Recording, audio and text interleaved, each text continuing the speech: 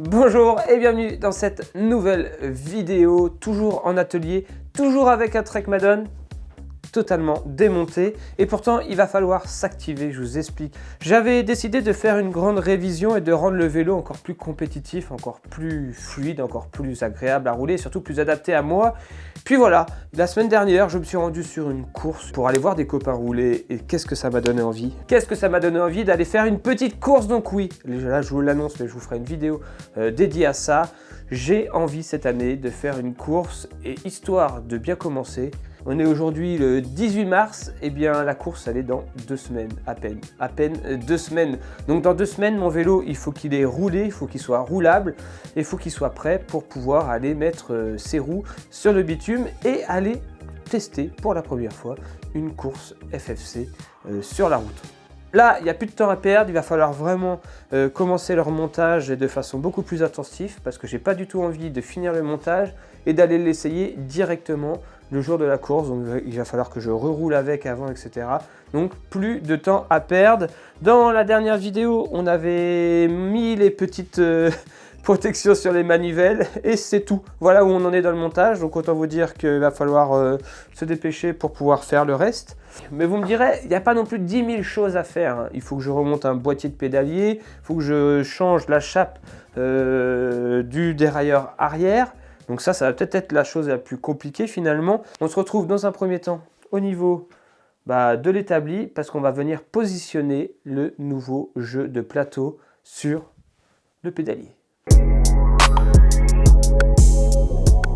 Donc on se retrouve au niveau de l'atelier. Donc on avait dans la dernière vidéo, tout est encore là, hein, le fameux Clear Protect. Et on va devoir sur la manivelle de droite venir positionner le nouveau jeu de plateau. Donc voilà, juste avant j'avais un jeu de plateau donc SRAM avec capteur de puissance intégré Quark en 48-35 qui correspondait bien sûr à du SRAM Red AXS. Ouh, il se rallume d'ailleurs. Ouais, va peut-être falloir que j'enlève la pile pour éviter de l'abîmer. Et ça m'embêtait en fait de perdre le capteur de puissance qui était intégré parce que je voulais pas repasser avec mes pédales de puissance, bien que je les apprécie beaucoup. Donc j'ai décidé de racheter la même chose en SRAM Red AXS avec capteur de puissance intégré, mais cette fois-ci en version 5011. Donc voilà, il est dans ce petit emballage. Voilà, il est beau, il est tout beau, il est magnifique. Il est beaucoup plus gros, il est en 50-37, donc il va falloir que je me réhabitue à cette nouvelle façon d'utiliser le Madone. C'est ça aussi, c'est pour ça qu'il faut à tout prix que je roule un petit peu avant, parce que bon voilà, faut que je m'habitue. Donc je sais plus à combien de newtons il faut que je visse ces petites vis, c'est marqué là normalement à 4 newtons. En gros, c'est très facile, hein. Vous avez des vis, 8 vis je crois, 1, 2, 3, 4, 5, 6, 7, 8, voilà, 8 vis qui sont juste au-dessus, qu'il va falloir venir revisser sur la manivelle. Vous voyez, vous prenez votre manivelle, c'est un Lego, vous venez positionner le tout, voilà qui est fait, et vous venez mettre à l'arrière les 8 vis, et voilà, les plateaux sont changés. Est-ce que je mets un petit peu de graisse ou pas pour le montage, parce qu'il y en avait un petit peu dessus. J'aurais tendance à en mettre un tout petit peu quand même. Donc j'ai acheté pour remonter le vélo de la graisse universelle au lithium. C'est ce qui est le mieux pour pouvoir mettre sur tout ce qui est pas de vis et aussi roulement, etc. Ça va avoir une bonne résistance et étanchéité surtout. Ça va pas se barrer avec de la pluie. Ça résiste à des températures très négatives et très hautes. Donc c'est pourquoi j'ai acheté de la graisse. Donc ici de la graisse universelle. J'ai pas forcément acheté un produit spécifique. J'hésite à en mettre quand même un tout petit peu sur chaque vis. Juste histoire de, vous voyez, en mettre juste un tout petit peu. Je crois que je vais en mettre un tout petit peu.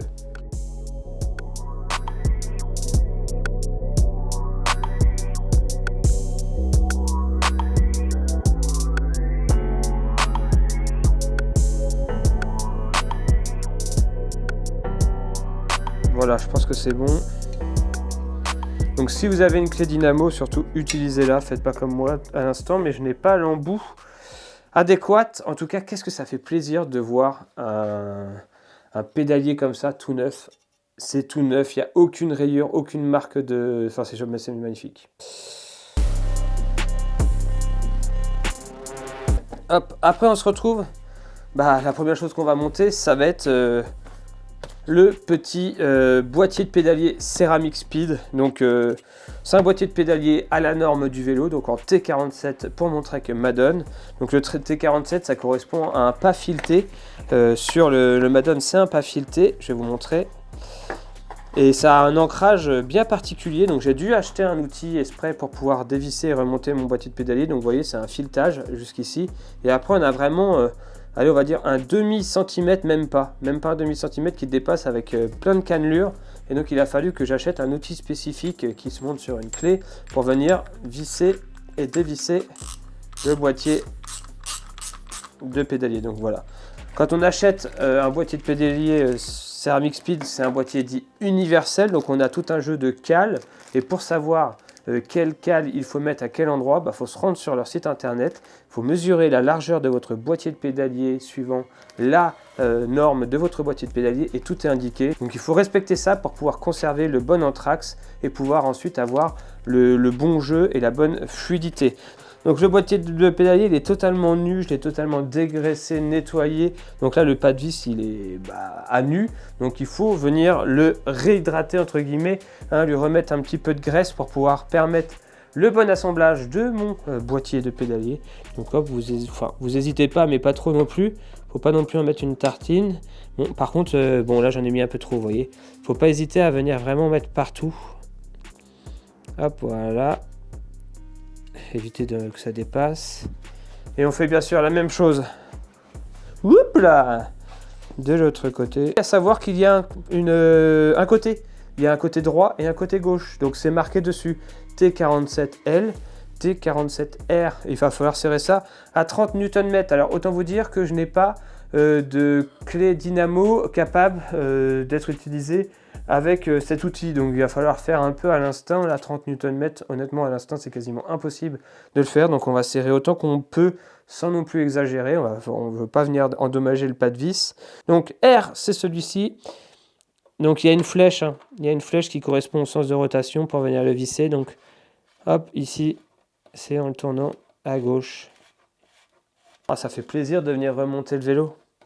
Ça fait au moins 3-4 semaines qu'il est démonté maintenant là. Et c'est vraiment l'objectif de course là, qui me motive à le remonter totalement et le rendre à nouveau opérationnel. Hop, allez, on va finir à l'outil. Et de l'autre côté, vous n'allez pas voir, mais je fais exactement la même chose. Je ne sais pas si vous vous rendez compte, mais là je suis en train de positionner un boîtier de pédalier qui coûte au moins 200 et quelques euros. J'espère que ça va changer vraiment quelque chose à la fluidité. Oups. Je trouve que l'empreinte du T47, c'est pas forcément le plus facile pour venir le serrer et desserrer. Donc je sens que je vais m'amuser. Oh là là, oui, c'est vraiment pas évident. Je trouve que l'empreinte est tellement fine, c'est tellement fin, qu'on a du mal à rester bien connecté. Et ça a tendance à vriller, quoi. Donc comment faire 30 Nm comme ça, je sais même pas. Même avec une clé... Oh. Là, c'est bien connecté. On tient bien tout. Allez. Allez, on va dire que c'est bon. Ouah. On a nos deux petits tecales. Donc 6 mm d'un côté et 2 mm de l'autre. Ça me paraît vraiment immense. Hein. Mais bon, on va vraiment faire confiance au site internet. Si vous ne mettez pas ces cales, de toute façon, je pense que vous allez avoir un problème. Donc vous allez devoir positionner ces cales sur les côtés une fois que vous aurez mis votre boîtier, donc votre pédalier. La spécificité des pédaliers SRAM, c'est que pour régler le jeu, il y a une molette de pré-contrainte. C'est une petite molette qui vient se positionner sur la manivelle de gauche et qui va permettre à la fin, une fois que vous aurez fini de serrer sur le côté transmission, de venir enlever le jeu et de finir de serrer le pédalier pour qu'il ait la bonne fluidité, pour qu'il ait le bon maintien. Lorsque j'ai démonté mon pédalier, je me suis rendu compte que mon jeu de pré-contrainte, il était totalement fissuré. Donc je n'allais pas pouvoir le remonter. Donc j'ai dû, en recommander un nouveau. Ça coûte quelques euros seulement. Bon, ça coûte 4 euros, les frais de port 8 euros. Donc ça nous fait un objet quand même à 12 balles en gros. Alors que si je pouvais le trouver dans le commerce à côté de chez moi, je le paierais que 4 ou 5 euros. Encore une fois, On se plaint d'acheter sur internet, mais où trouver ce jeu de pré-contrainte chez moi, à côté de chez moi, à moins de 20-30 km de chez moi? Je pense que c'est tout juste impossible. Donc ça m'oblige à commander une pièce en plastique de 4 €, 12 € avec les frais de port compris. C'est grave. Donc on vient, hop, visser entièrement. Oh, j'aurais peut-être dû mettre un peu de graisse. Donc je viens repositionner, une fois que j'ai graissé un peu, ça va être quand même plus agréable. Hop, voilà. Il est totalement desserré, donc je le laisse totalement libre. Et je viens le serrer au maximum, parce que pour le moment, il ne faut pas qu'il fasse effet. Donc, ne pas oublier de positionner ces deux cales de 2 mm du côté non-transmission. Ça permet aussi de venir bien lisser la graisse, c'est super. En fait, j'aurais dû la mettre après. Ouais, ça c'est pas malin ça. Le fait d'avoir mis la graisse avant, là, ça vient totalement l'enlever. Hop, ensuite on vient. Voilà. Par ici, mais c'est là où ça, je trouve ça fou. Il faudrait mettre 2 cales de 3 mm. Non mais rendez-vous compte de ce que ça fait. Ça fait ça. Ça me paraît immense. Je vais faire confiance aveuglement. Et je dis bien aveuglement. Franchement, là, c'est du... Je teste. Je n'en ai aucune idée.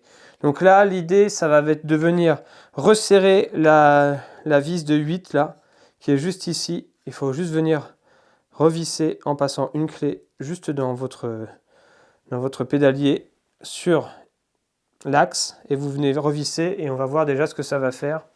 Je vais quand même mettre un petit coup de graisse aussi ici pour histoire de... Pareil, une histoire de montage-démontage. J'ai pas envie de m'amuser à m'embêter après à monter, redémonter. Parce que c'est une vis qui est très très compliquée à mettre, vous allez voir. À démonter comme à remonter, il faut la visser à 54. Je sais pas si vous vous rendez compte, mais 54 newtons, c'est énorme. Donc déjà là, il ne faut pas se tromper. Vous voyez, il ne faut pas décaler d'un cran parce que sinon vos manivelles, elles ne sont pas alignées. Donc il faut bien... Donc là, à la limite, vous pouvez le mettre en position basse. L'autre, comme ça, vous savez que l'autre, il faut la mettre en face. Et ensuite, vous mettrez votre clé et vous commencez à venir visser. De toute façon, je ne pourrais pas venir totalement visser. Ah! Ah! Déjà, là, il va falloir que je dévisse le dérailleur avant pour pouvoir le remonter un peu. Parce qu'il est trop bas. Ça passe. On revise gentiment. On viendra raligner ça tout à l'heure. Voilà. Tant que ça passe, c'est le principal. Et on continue de venir serrer cette vis. Mais très franchement, je ne sais pas du tout ce que je suis en train de faire.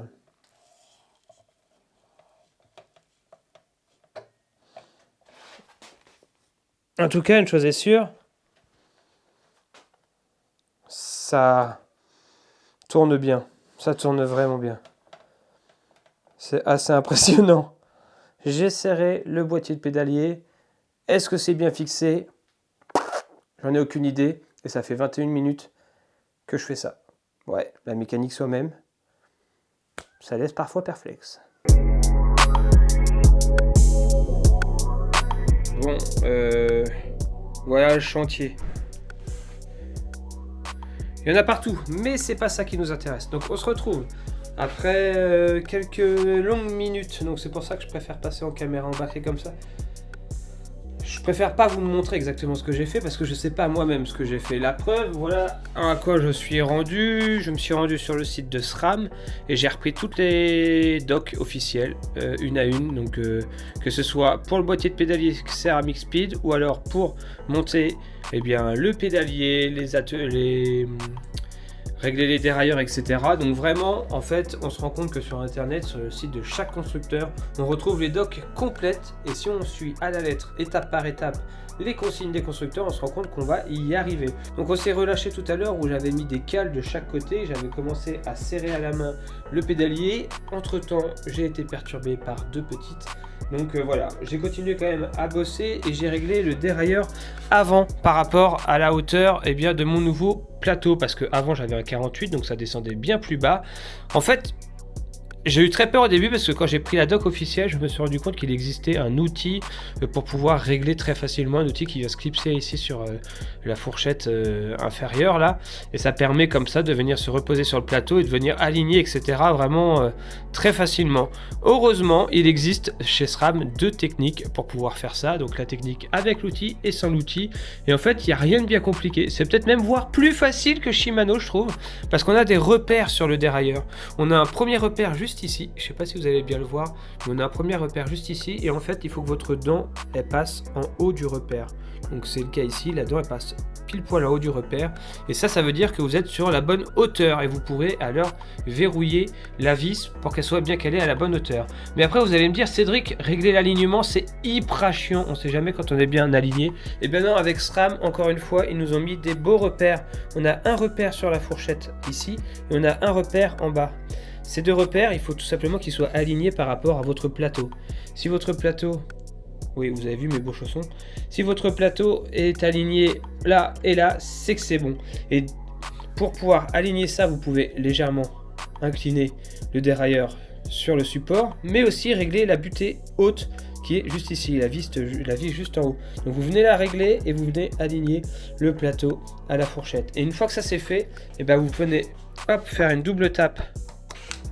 Voilà, vous passez le plateau sur le petit plateau. Pour savoir si votre petit plateau, si votre dérailleur est bien aligné par rapport au petit plateau, en fait la technique qui est donnée par SRAM, en fait j'invente rien, hein, tout est dans la doc, c'est qu'il faut que la fourchette ici, là, la partie externe de la fourchette, soit alignée au grand plateau. Vous voyez, il faut que ce soit aligné parfaitement au grand plateau. Et ensuite, il faut qu'il y ait entre la fourchette et votre dent ici, 1 à 2 mm. Donc là, j'ai pile poil 1 à 2 mm. Je suis entre les deux, 1 à 2 mm. Donc je suis vraiment à la bonne hauteur et dans le bon alignement. Donc on peut dire que le dérailleur avant est réglé normalement parfaitement. Ça, on pourra le vérifier une fois qu'on remontera la nouvelle chaîne. Bon, à l'avant, c'est fait. Et autant vous dire qu'avec le boîtier Ceramic Speed, la fluidité est carrément meilleure. Alors après, on était aussi resté avec notre jeu de pré-contrainte. Donc normalement, là, je l'ai bien réglé. Il faut vraiment venir visser la vis de pré-contrainte jusqu'à temps qu'elle arrête de tourner sans forcer non plus, sinon ça vient mettre sous pression, sous contrainte.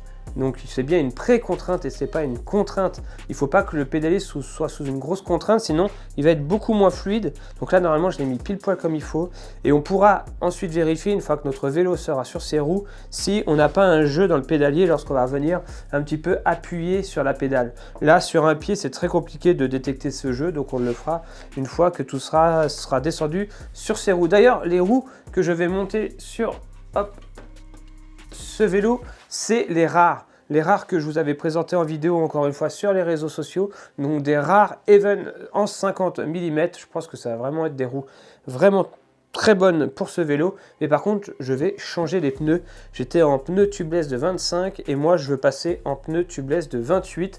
Pourquoi? Parce que le Trek Madone SLR, c'est un vélo très performant, assez rigide, peut-être un peu trop pour moi, donc j'ai envie de l'adoucir un petit peu en passant du 28 mm. D'ailleurs, je ne sais pas si vous connaissez la boutique We Ride On. Lorsque vous cherchez des pièces sur internet, vous pourriez tomber sur cette boutique. Et quand j'ai voulu acheter ma cassette et mes disques de frein en 160, parce que c'est des disques de frein en 160 là-dessus, et ben j'en trouvais nulle part, ou j'en trouvais à des prix assez fous. Et en fait, Google m'a proposé la boutique We Ride On avec un tarif et une disponibilité à découper les autres. J'ai un peu hésité au début à me risquer à commander, finalement j'ai passé commande et depuis je dois vous dire que j'ai commandé toutes mes pièces d'usure sur ce site là, tellement il est à la fois bon marché, c'est-à-dire qu'il est bien placé au niveau des prix, il casse souvent un peu les prix, donc tant mieux pour nous, et il y a toujours de la disponibilité. C'est là où j'ai acheté ma cassette, les disques, la chaîne. Bref, j'ai acheté pas mal de composants qui vont se retrouver sur mon vélo aujourd'hui. Donc voilà, je tenais à vous faire cette petite parenthèse, parce que c'est vrai que moi, la première fois que j'ai voulu commander, je me suis presque demandé si ce titre était réel, tellement les prix étaient bons. Et bah oui, c'est réel, c'est rapide, ça arrive impeccablement emballé, et ça arrive très vite dans votre boîte aux lettres. Donc, We Ride On, pour vos prochains achats, je vous mets tous les liens dans la description. Je ne vais pas vous le cacher que l'étape de monter la chape Ceramic Speed sur mon dérailleur, c'est quelque chose que je redoute un tout petit peu et pourtant il va falloir que je le fasse si je veux rouler avec le vélo. Pourquoi? Parce que je sais pas.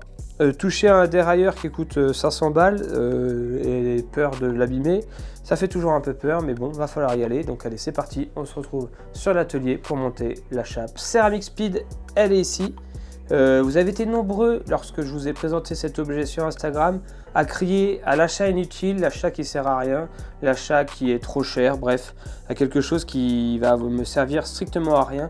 Il faut savoir que Ceramic Speed, comme tous les autres, ne sont totalement transparents sur le gain que va apporter ce type d'objet en termes de watts. On se rattache trop souvent à un gain en watts et on trouve que les gains sont marginaux, donc totalement inutiles.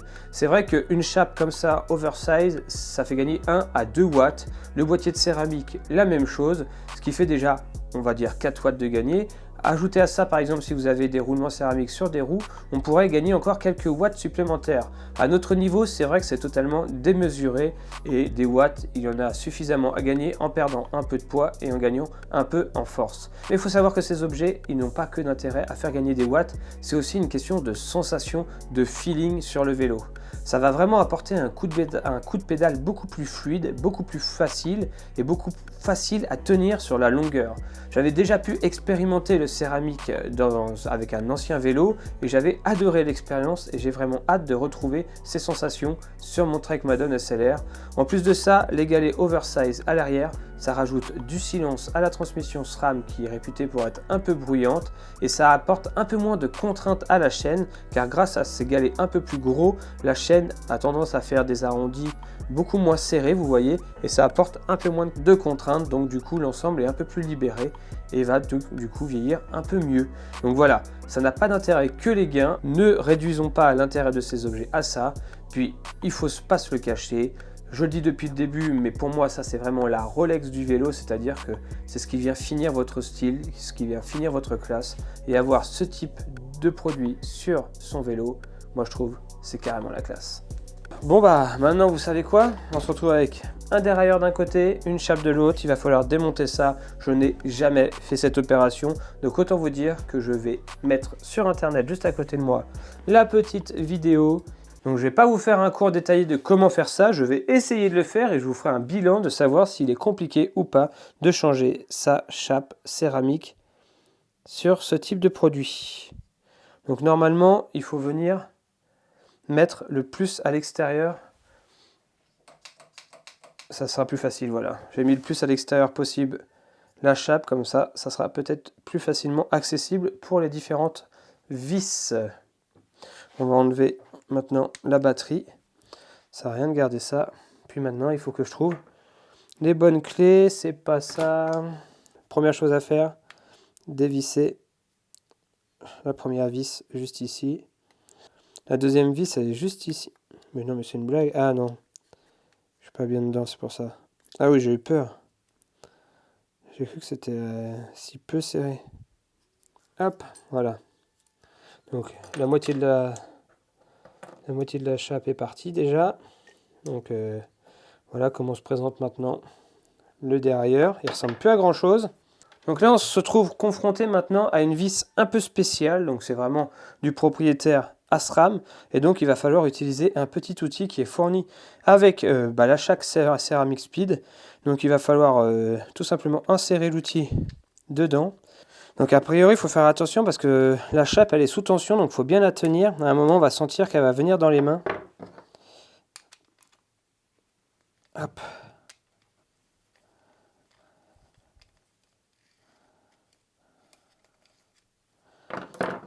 Pourquoi à un moment... Oh, ah oui d'accord, ok. J'ai senti qu'elle venait là. Wow. Bon voilà, elle était sous tension, je ne l'ai pas du tout bien maintenue comme il fallait. Du coup, elle a totalement vrillé. Bon, ça l'a fait quand même, mais à faire attention. En fait, ce qui produit ça, c'est ce gros ressort qui est juste ici, là. C'est là où maintenant tout va se jouer avec la nouvelle chape qui va falloir venir positionner sur... Je sais même pas dans quel sens, j'en ai aucune idée. Allez, on continue de regarder la vidéo. Bon, alors a priori, il faut déjà enlever cette petite vis là. Donc on l'enlève. Il va trop vite. Donc on enlève la première petite vis ici, on la met sur le côté. Et par ici, on va venir enlever toutes les autres vis. Donc là, on a complètement démonté la chape. C'est insolent même. Je trouve ça insolent de démonter ça, mais bon. Admettons.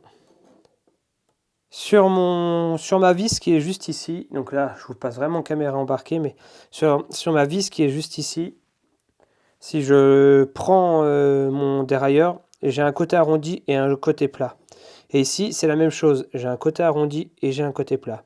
Donc il va falloir venir repérer où est le côté plat pour pouvoir venir, je pense, aligner et positionner de la bonne façon le dérailleur. Il faut faire en sorte que la vis soit vraiment le plus en position arrière, a priori. Donc en fait, quand vous démontez votre dérailleur, si la vis est un tout petit peu tournée comme ça, c'est pas bon. Il faut vraiment la faire revenir tout à gauche, hop, pour qu'elle soit vraiment le plus à gauche possible. Et dans cette position, elle est ce qu'on appelle réinitialisée, reset, c'est ce qu'ils disent en tout cas. Enfin, du moins, je l'espère. Ensuite, on nous dit qu'avec un marqueur, ça tombe bien, j'en ai un, il faut venir sur le dérailleur, marquer l'emplacement d'où est le plat. L'endroit où il y a le plat, il faut que sur le dessus, vous puissiez identifier où est le plat. Donc il est par ici. Ok, donc je reprends. Et je fais comme si je savais, mais en fait, je ne maîtrise rien du tout. Je regarde uniquement la vidéo. Donc là, on a un endroit où le petit ergot du ressort va venir se bloquer dans le dérailleur. Et si c'est pas dedans, ça va pas venir se bloquer. Il n'y a qu'un seul endroit où ça va venir se bloquer. Voilà, là c'est bloqué. J'ai beau continuer à essayer de tourner, ça se met directement sous tension. Donc il suffit juste d'insérer et de venir tourner pour que ça vienne se bloquer. Maintenant, il va falloir venir mettre le ressort qui est sur de l'autre côté à l'intérieur du petit trou que l'on trouve pour la chape en fait. Sachant qu'il y a deux petits trous, un L et un H. Dans la doc, on nous dit de positionner sur le L. Donc c'est ce qu'on va faire. Et ils nous disent aussi qu'à cette étape-là, il ne faut pas se soucier de venir aligner le plat sur le plat de la vis. Il faut juste finalement reprendre notre petite vis et commencer à revisser tout ça ensemble. Donc là, on se soucie absolument pas d'être aligné. Donc là, hop, j'ai commencé à mettre la vis au milieu. C'est qu'une fois qu'on est venu positionner la vis au milieu, qu'on est venu serrer un peu à la main, mais pas trop, il ne faut pas non plus que ça soit plaqué totalement, parce qu'il faut qu'on puisse tourner encore la cage pour faire une rotation à 360. Et normalement, lorsqu'on va faire une rotation à 360, la cage va venir s'imbriquer dans la vis avec le plat à l'intérieur. Donc ça, sachant que le plat il est représenté par une petite barre juste ici.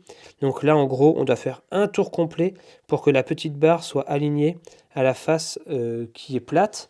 À savoir que quand on vient tourner, il faut faire attention que la vis du D-shape en bas, donc la vis du dérailleur, ne vienne pas tourner aussi, parce que ça viendrait alors ne plus la rendre dans son état initial, et ça pourrait être problématique après. Ça serait même carrément problématique après.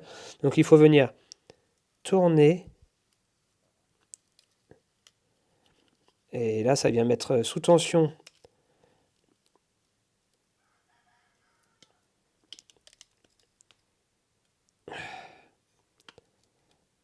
voilà, là je crois que j'ai réussi. Là. Là je suis engagé là. Oh purée, je crois que j'ai réussi. Vite. On vient resserrer tout ça. Vite. Non pas que j'ai peur, hein, mais j'ai peur. Voilà, c'est serré à 6 newtons. Prochaine étape, en fait la chape elle est beaucoup trop tournée vers l'intérieur en fait. Donc c'est là où il va falloir remettre la vis anti-rotation qu'on a enlevée tout à l'heure. Donc il faut venir un tout petit peu décaler l'ensemble pour venir, alors je peux pas trop vous montrer là, mais En gros, il y a une petite vis à remettre là. C'est vraiment une vis qui est là pour servir de butée. Voilà. Comme ça, elle vient se mettre en butée sur le dérailleur et ça permet à la chape de ne pas partir trop loin en arrière. Ça sert que à ça. Donc on vient repositionner le galet sur ici. On vient repositionner le galet ici. Et ensuite on peut venir replacer les différentes vis. Et mais regardez-moi cette beauté. Ça y est, c'est installé.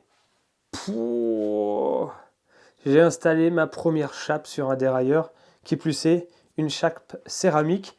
Honnêtement, la vidéo, elle est bien foutue. C'est en anglais, ça pourrait faire peur, mais si on suit étape par étape, c'est extrêmement facile. Il suffit juste de bien repérer en effet le plat, faire attention que ça ne vienne pas à tourner au moment où vous venez l'alloquer lorsque vous faites votre tour à 360. Et sinon, pour le reste, c'est extrêmement facile.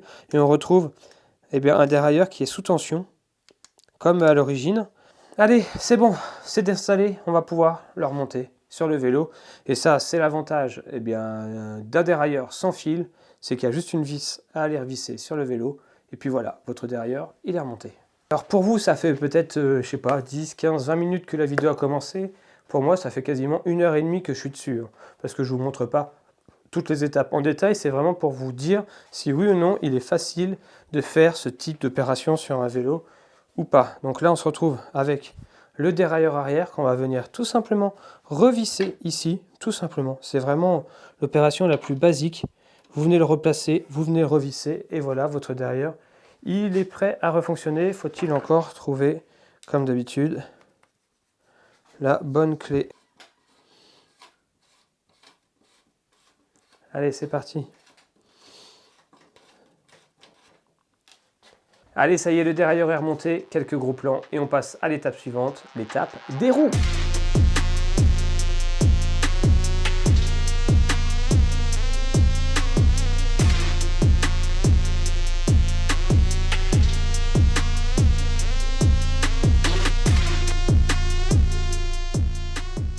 Stockage dessus, on se retrouve avec la roue, ça y est, elle est terminée, elle est vraiment magnifique. Et d'ailleurs, vous allez l'arrêter sur le vélo, mais elle fait un bruit. Pareil, pour ceux qui me suivent sur les réseaux, vous l'avez déjà entendu, ce bruit, il est incroyable. Ça va vraiment faire une machine de course. J'ai hâte de terminer le vélo. Allez, donc pour pouvoir continuer, il va falloir positionner la nouvelle cassette qui se trouve ici, toujours dans une belle boîte, magnifique. Vous voyez, la petite protection. La cassette 12 vitesses RAM AXS. Pour info, ça coûte 300 et quelques euros. Donc oui, voilà, enfin bref, passons. Donc normalement, si je dis pas de bêtises, c'est une cassette 10 à 28. Donc j'avais une 10-33 normalement. Et franchement, le 33, à part en montagne, il ne me servait pas à grand chose. Donc j'ai décidé de passer en 10-28, qui va être une cassette un peu plus polyvalente. On va dire qu'il y a moins de sauts entre chaque dent. Donc ça permet vraiment à chaque fois de changer d'une dent à une dent quasiment et d'avoir quelque chose de beaucoup plus utile, on va dire, surtout en Normandie. Donc maintenant, il suffit juste, elle arrive, c'est un monobloc, les cassettes SRAM, donc il n'y a pas besoin d'aligner quoi que ce soit, comme sur certaines autres cassettes. Et ensuite, il suffit, hop, voilà, de trouver son emplacement en venant tourner. Et ensuite, de prendre l'outil, hop, qui est juste là, adapté à venir. Ah, comme elle est neuve, elle est un peu dure à serrer. Mais ça se fait. Hop. Hop là. Boum. Donc ça, c'est fait. Prochaine étape, on va mettre le disque. Donc c'est pareil, on part sur du nouveau disque. C'est pareil, je vous passe les prix, ça a coûté une blinde. Mais ce n'est pas la question. Donc là, on va éviter de toucher le disque à la main. Il faut déjà avoir les mains propres, pas comme moi, donc ne faites pas comme moi. Et ensuite, moi, je vais venir le toucher que au centre. Mais voilà, on a un disque de 160 qu'on va venir positionner directement sur la roue sans toucher les zones de frein. Hop, voilà. Et après, vous prenez votre center lock et vous venez le serrer C'est l'avantage des roues Centerlock, c'est hyper facile. Voilà. Et vous prenez la petite clé. Et vous venez serrer assez fort parce qu'il faut du 40 Nm sur cette petite bête. Et pareil, je trouve que la clé n'est pas très pratique pour venir serrer. Vaut mieux les autres attaches où on vient utiliser cet outil-là. Je trouve qu'on peut serrer beaucoup plus fort avec ça qu'avec le reste. Bon, ben on se retrouve sur le vélo pour monter la roue.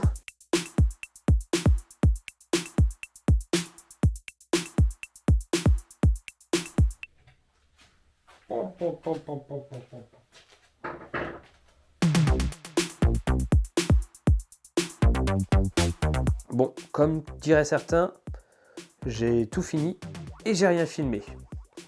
Désolé. Mais on va quand même pouvoir faire un léger briefing parce que j'ai tout fini, mais finalement j'ai pas fini grand chose hors caméra, mais c'est une partie qui m'a pris beaucoup de temps et heureusement que je vous ai pas filmé ça parce que là vous auriez dit mais c'est vrai que ça a l'air d'être la galère complète en histoire, ça donne pas du tout envie de le faire soi-même et je pourrais presque vous comprendre.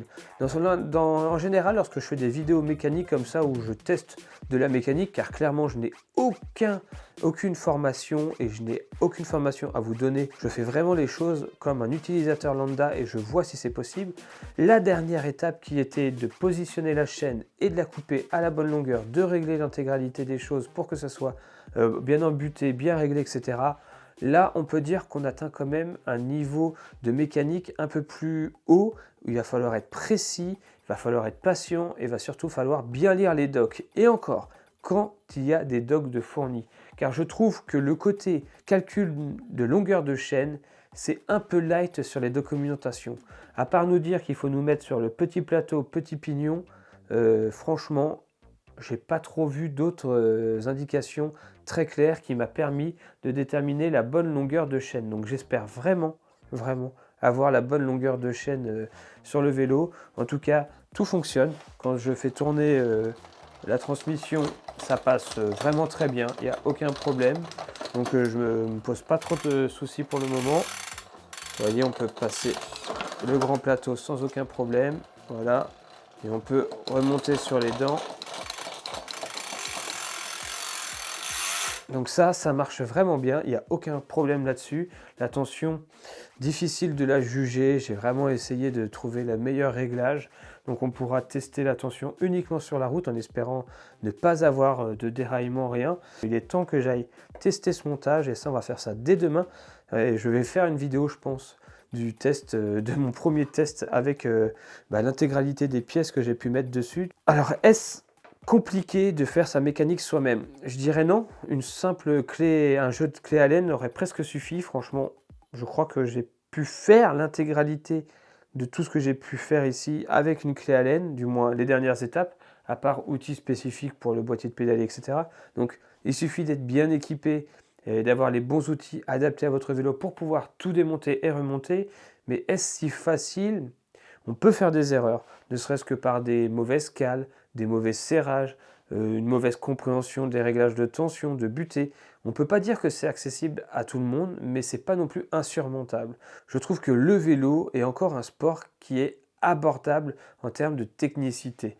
Donc, tout est inscrit dans les docs, il n'y a pas 10 000 lignes non plus, on n'est pas sur une voiture avec un moteur avec des centaines de pièces différentes. On n'a que quelques pièces, donc ça reste largement surmontable, mais il faut quand même s'armer de patience. Alors je ne sais pas ce que vous en pensez de ce petit Trek Madone en mode course, mais moi je l'aime déjà, du moins je l'aime à l'arrêt. On pourra venir le vérifier en roulant. Est-ce que ça donne un vélo plus fluide, plus facile à emmener? Avec une transmission un peu plus grosse, pas sûr que ce soit plus facile. Et avec cette pneu de 28, je pense que je vais gagner légèrement en confort. Alors oui, c'est une longue vidéo, mais c'est rien. C'est vraiment rien comparé au temps réel que ça m'a pris. Sachez que j'ai fait beaucoup de cuts. Des cuts pour aller se renseigner sur les docs, des cuts parce que je me suis trompé, j'ai dû recommencer. Honnêtement, de faire toutes les actions que j'ai faites dans cette vidéo, ça m'a dû prendre un bon 3-4 heures, facile. Un bon après-midi. Comptez un bon après-midi pour réaliser toutes les tâches que j'ai pu réaliser. Et c'est pas fini, je dois encore faire une purge des étriers avant et des étriers arrière pour être sûr d'avoir un freinage optimal. Je pense qu'en course, c'est pas rien le freinage et qu'il est intéressant d'avoir un bon freinage. Allez, on se dit à très bientôt pour une prochaine vidéo où je vous expliquerai ma prise de licence ou alors d'un pass. Je ne sais pas encore comment je vais faire. Est-ce que je vais me rallier à un club ou pas? Tout ça, vous allez savoir dans une prochaine vidéo. Et j'ai pas envie de faire de vidéo préparation aux courses et tout parce que je n'y connais absolument rien. Donc c'est surtout une découverte du jour de course, de comment ça se passe, de l'ambiance. Vraiment, j'y vais avec un œil de cyclotouriste total. Je roule depuis quasi toujours tout seul ou alors en petit groupe dans un esprit bon enfant. Et là, on va se ramener sur des courses où il y a tout le monde qui a le couteau entre les dents et qui veut ramener son bouquet de fleurs. Donc, on va voir ce que ça donne. Est-ce que c'est une ambiance qui va me plaire ou pas? On le découvrira dans les prochaines vidéos. Allez, nous on se dit à très bientôt pour Allez, nous on se dit à très bientôt pour ces prochaines vidéos. En tout cas, sachez que l'avenir de NCT en 2023, c'est ça, des nouveaux tests, des nouvelles découvertes de marques, de produits en tout genre, mais aussi des courses. Vous pouvez compter là-dessus. Allez, on se dit à très bientôt. D'ici là, comme toujours, portez-vous bien. Ciao, bye!